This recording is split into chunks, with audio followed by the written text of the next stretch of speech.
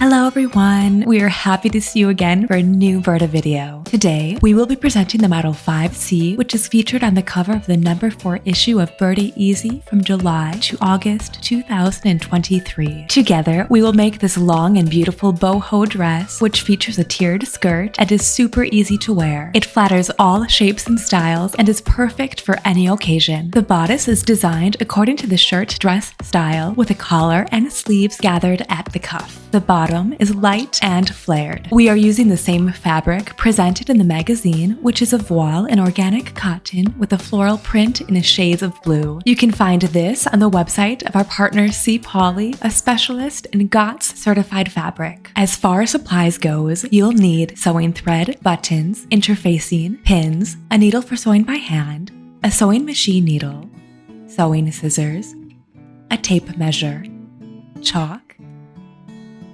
a pen, a ruler, a tracing wheel, and Burda carbon paper. Don't forget to take your measurements and compare them with those in the table in your magazine. This will help you find the best fit for you. Now, cut out or transfer pieces 1 to 7 from the pattern sheet number 3 and place them on the fabric according to the cutting layout. Transfer the outlines of the pieces, then add the allowances and notches found in the instructions for your model. I'm using a tracing wheel and Burda carbon paper to transfer all the lines and notches onto the opposite side of the fabric. Before I remove the pins from my cut pieces, I gently place the paper underneath the fabric and run the tracing wheel along the pattern lines and over the notches. You can find more details in the instructions for the carbon paper. Now cut out pieces D, E, and F after they have been drawn directly onto the fabric. Add interfacing to pieces 5, 6, and 7, as well as the facing of piece 1. I start with the front and back. I fold the front right sides together, lay the dart lines over each other, pin, and stitch along this line. I knot the threads together at the tip, then press the darts down. I place the back yoke on the back, right sides together, pin the cross seam, and gather the allowances starting from notch 1. I neaten the edges together and press the seam toward the yoke. Now I move on to the dress's shoulders and the facing. I pin the back shoulders on the front shoulders right sides together, pin the allowances, and stitch starting from notch 2. I neaten the edges separately and press the seams open. I then place the shoulders of the back facing onto the shoulders of the front facing right sides together and pin the allowances. I stitch starting from notch 3, press the seams open, and neaten the outer edge of the facing. I continue with the collar. I place one collar on top of the other, right sides together, and pin the edges. I gather the allowances, but remember to keep the neckline open. Trim this 5 mm from the seam and clip the corners.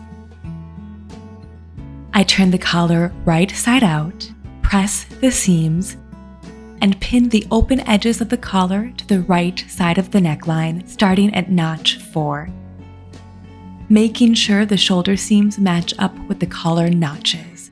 I stitch the edges together with large stitches, but you can baste if you prefer. Then I fold the front facing on the facing line.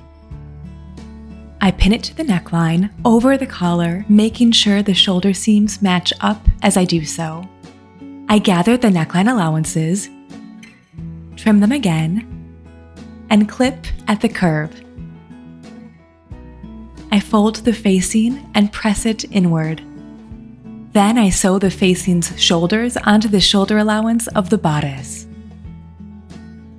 I continue with the side seams and buttonholes. I place the side edge of the front on the side edge of the back, right sides together, pin the allowances, and stitch starting from notch 5. I neaten the edges separately and press the seams open. I've already marked the placement of the buttons on the left front and the buttonholes on the right front. I make the buttonholes perpendicular to the center front. Then I place the bottom edge of the right front on the left front and place one middle front on top of the other before pinning the overlapping edges together. I stitch in large stitches, but you can baste if you prefer. Now I move on to the sleeves and cuffs. I fold the cuffs in half, right sides together, pin the allowances, and stitch. I press the seams open, fold the cuffs in half lengthwise, and press. I now fold the sleeves in half, right sides together,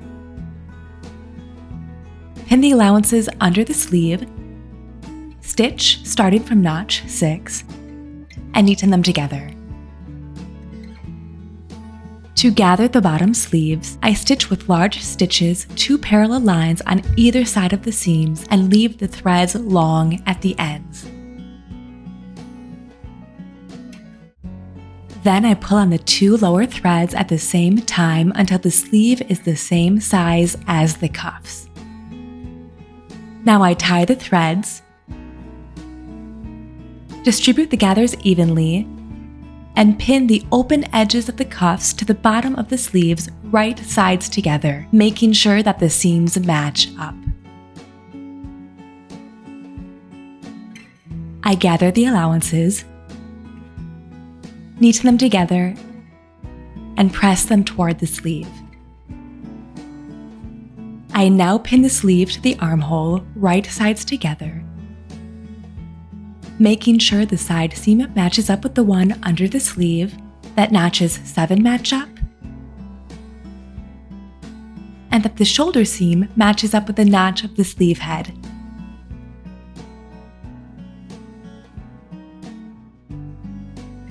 I gather the allowances as I hold on to the sleeve. I neaten the edges together and press the seam toward the sleeve. Now it's time for the ruffles. I lay the ruffles D, E, and F on top of each other, right sides together. Pin the side edges of all 3 and gather the allowances. I neaten them separately and press the seams open. To gather the top edge of the ruffles, I stitch 2 parallel lines with large stitches. One 1 centimeter from the edge and the other 7 millimeters from the first. I stop stitching when I reach the side seams and leave the threads long at the ends. I pull on the 2 lower threads of all 3 ruffles, D, E, and F at the same time so that ruffle F is the same size as the middle ruffle E, and that ruffle E is the same size as the top ruffle D. The length of ruffle D will be the same as the bottom edge of the bodice. I then knot the threads and distribute the gathers evenly.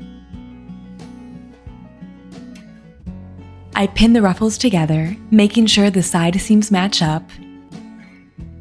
Then I gather the allowances, neaten them together, and press them upward.